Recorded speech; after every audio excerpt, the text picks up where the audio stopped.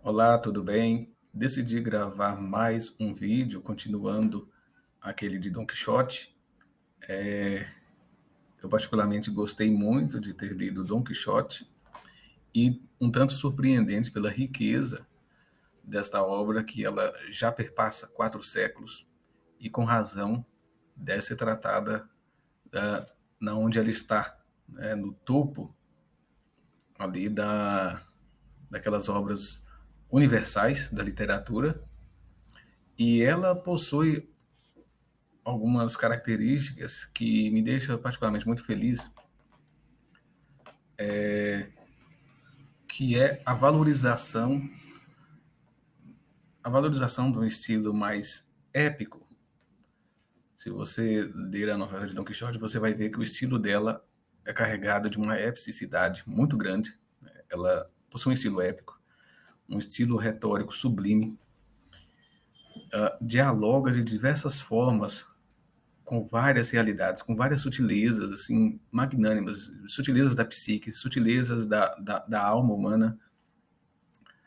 Fala também sobre as mudanças da sociedade. O Don Quixote é realmente uma obra universal. Você pode olhá-la sob diversos ângulos.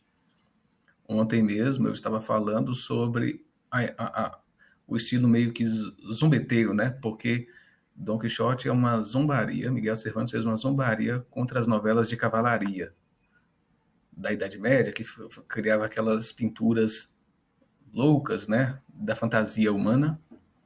E ele, por meio de um personagem, acusa que uma boa novela, uma boa ficção, ela tem que ser verossímil, tem que buscar a realidade. Então, quer dizer, isso é uma coisa impressionante. E, no entanto, veja só, a princípio parece que Miguel Cervantes está condenando, então, boa parte da ficção, mostrando que ela é incapaz de expressar a realidade, então acaba que sei lá, a história, a ciência ou alguma coisa do tipo ganha primazia em relação à ficção, né? Ou que ela não é o suficiente para poder nos educar e nos ensinar ou trazer alguma riqueza, né? Uma riqueza do nosso mundo interior. Na verdade, é precisamente o contrário, porque ao mesmo tempo que Miguel Cervantes faz essa ironia, essa zombaria, vamos dizer assim, das novelas de cavalaria, ele também está ao mesmo tempo louvando essas novelas de cavalaria. E a prova disso é que na página seguinte, a que eu li ontem, se você não viu o vídeo, peço que veja, né, onde eu leio um pequeno trecho, onde um cônego, isto é, um padre, fazendo um caminho de passagem para uma estalagem, né, uma espécie de hotel dos tempos antigos, ele vê uma comitiva levando Dom Quixote preso. E aí ele pergunta por que está acontecendo isso, por que aquele homem está sendo levado. Ele era um bandido? E, na verdade, era Dom Quixote que estava sendo levado por causa da sua loucura, né? De tanto ler novelas de cavalaria, ou seja, de tanto ler fantasia inverossímil, ele acabou ficando louco das ideias, não tendo mais consciência da realidade. No entanto, aqueles que cuidam de Dom Quixote menosprezam completamente as novelas de cavalaria e quando as encontram, né, pelo caminho, eles vão queimando tudo. Então, Dom Quixote é um estilo épico porque, assim como nas outras histórias épicas, como, por exemplo, os Lusíadas, ou como ali em Homero, sempre há aquelas partes onde se faz uma verdadeira listagem, né? Por exemplo, em Ilíada faz uma listagem das embarcações dos capitães desses barcos, das naus, que foram para Troia. Ali nos Lusíadas há uma listagem das cidades conquistadas pelos portugueses, né, Dom Afonso Henriques e por outros reis que vieram depois dele, na fundação de Portugal. E ali também, ali na Divina Comédia também a mesma coisa, né, que o Dante Alighieri faz, mas Esse eu não tenho muita autoridade para falar porque eu não li. Mas todas as outras obras épicas, Uruguai também, Prosopopeia, todas as obras épicas têm essa parte de descrição, uma listagem de conquistas, né? Ou de objetos que vão construir a sua conquista. E no caso de Dom Quixote, ela é épica, não no sentido de falar de grandes descrições heróicas, feitos heróicos, conquistas, mas ela faz justamente uma listagem das novelas de cavalaria. Então, quer dizer, ela está carregada do humor do início ao fim por causa da descrição de novelas de cavalaria. E fala do que contém nelas, fala por que elas merecem ser salvas, o que elas têm de qualidade ou não. Então, é como se fosse a conquista de Don Quixote, o épico de Don Quixote, fosse um gracejo em torno das novelas de cavalaria. Então, como se trata de um épico, na minha opinião, um épico também, então ela não é nenhuma zombaria que despreza as novelas de cavalaria e nenhuma que somente louva, né, as novelas de cavalaria. Uh, elas tratam as novelas de cavalaria como sendo os grandes objetos de, de fundação, né, desse épico espanhol que foi Don Quixote de la Mancha, né? E Miguel de Cervantes, ele trata isso de forma muito engraçada, mas como eu falei, também de forma épica, incisiva, mostrando situações da vida humana. E Don Quixote, ele é mais do que um louco, vamos dizer assim. Ele é louco, vamos dizer, só no aspecto de acreditar nas novelas de cavalaria, no que elas têm de fantasia. Mas ele é verdadeiramente, o Don Quixote, ele é verdadeiramente um homem em conflito consigo mesmo. Por quê?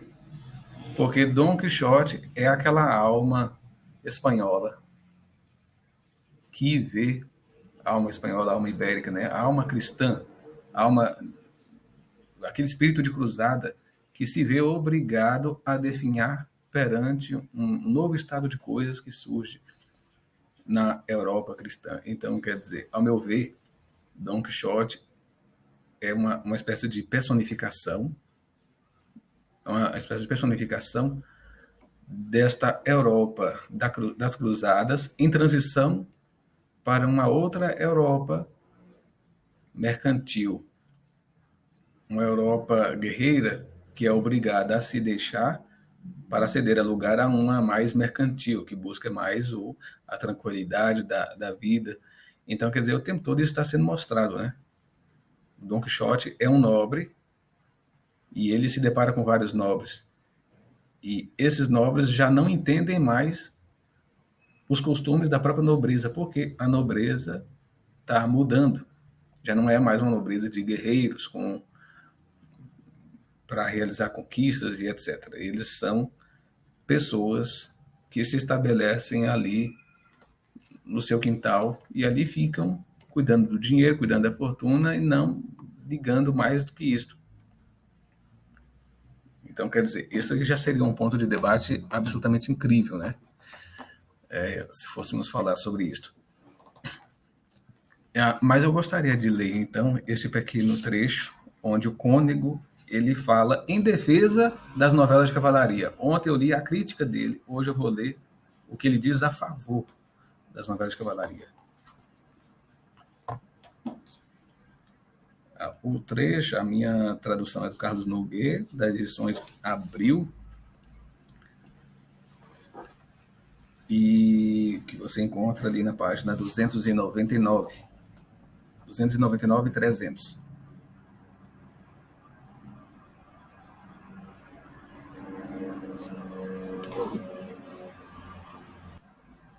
O cura escutou o cônego com grande atenção e pareceu-lhe homem de bom discernimento, e que tinha razão enquanto dizia, e assim disse-lhe que, por ter ele a mesma opinião e ter ojeriza as novelas de cavalaria, havia queimado todas as de Dom Quixote, que eram muitas, e contou-lhe o escrutínio que delas fizera, e disse as que condenaram ao fogo, e as que deixaram com vida, do que não pouco se riu o cônego. E o cônego disse que, apesar de tudo o que havia dito de mal de tais novelas, via nelas uma coisa boa, e que era o sujeito, isto era, o assunto que elas ofereciam para que um bom engenho pudesse mostrar-se neles, porque davam amplo e largo campo por onde, sem estorvo algum, pudesse correr a pena, descrevendo naufrágios, tormentas, reencontros e batalhas, pintando o capitão valoroso, com todas as qualidades que para ser tal se requerem, mostrando-se prudente ao prever as astúcias dos inimigos e eloquente orador ao persuadir ou dissuadir os seus soldados, maduro no conselho, pronto na determinação, tão valente no esperar como no acometer, retratando ora um lamentável e trágico sucesso, ora um alegre e impensado acontecimento.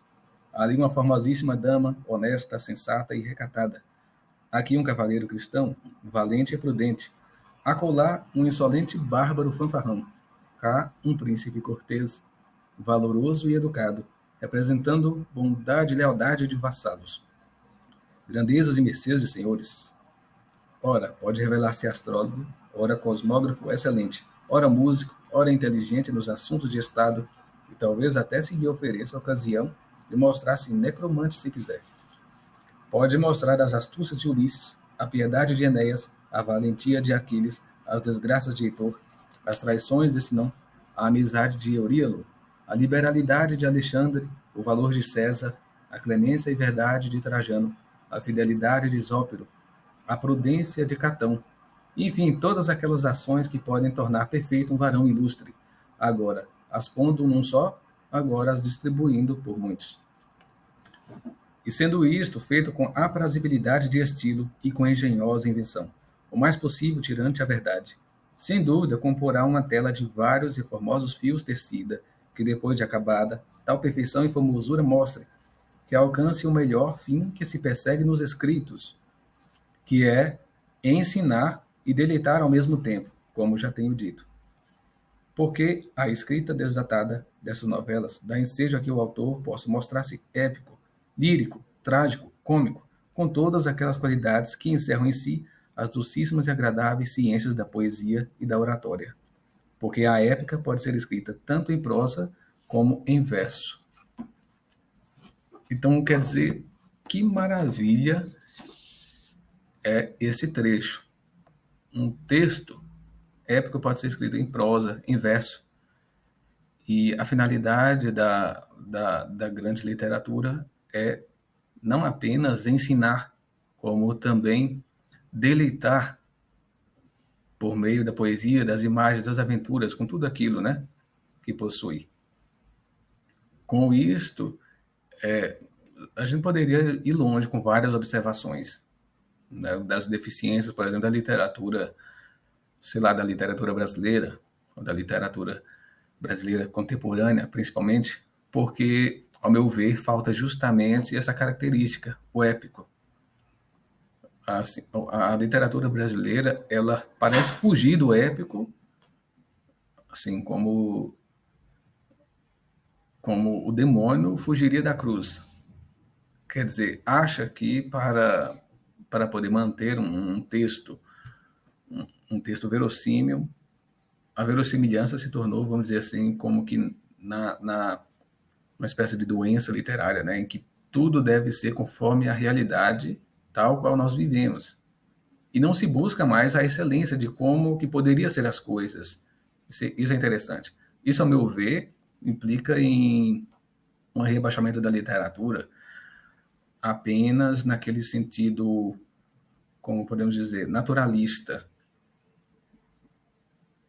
As próprias correntes de pensamento literário do Brasil, predominância, né, o realismo, o naturalismo e outros aí, implica justamente nessa preferência do escritor brasileiro por querer novelas ou ficção que retrate a realidade tal como ela é.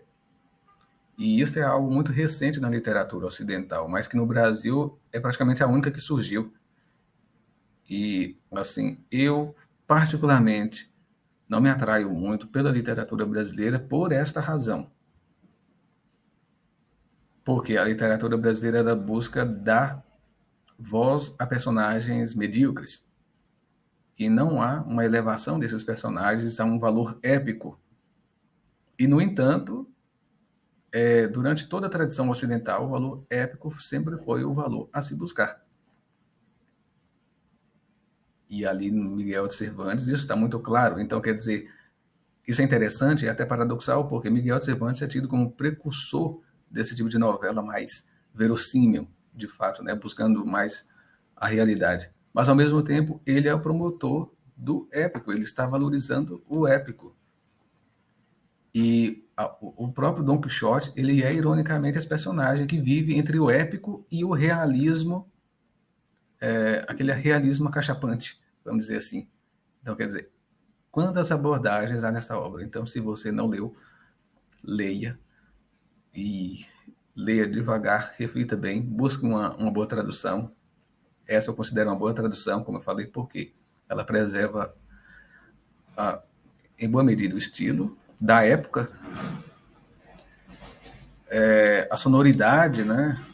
Obviamente que traduzir de uma língua para outra se perde muita sonoridade, a melopeia, e o próprio Miguel Cervantes, ele mostra nessas linhas que eu acabei de ler que a prosa poética, a prosa épica se faz também, deve se fazer presente, é uma das características da literatura, de como ela deve ser, né? A boa literatura. E você viu que nessas linhas que eu li, nessas poucas linhas, está presente o épico, inclusive aquela descritibilidade que eu falei. Então, quer dizer, Miguel Cervantes, ele tem sim um valor épico nos seus escritos. Bem, só isso que eu tenho a dizer. Talvez no futuro a gente faça um outro vídeo também, podendo falar um pouco mais de Don Quixote, desses arquétipos que eu falei rapidamente, né? Como, por exemplo, a transição de época. Mas, por enquanto, é isto. Até mais.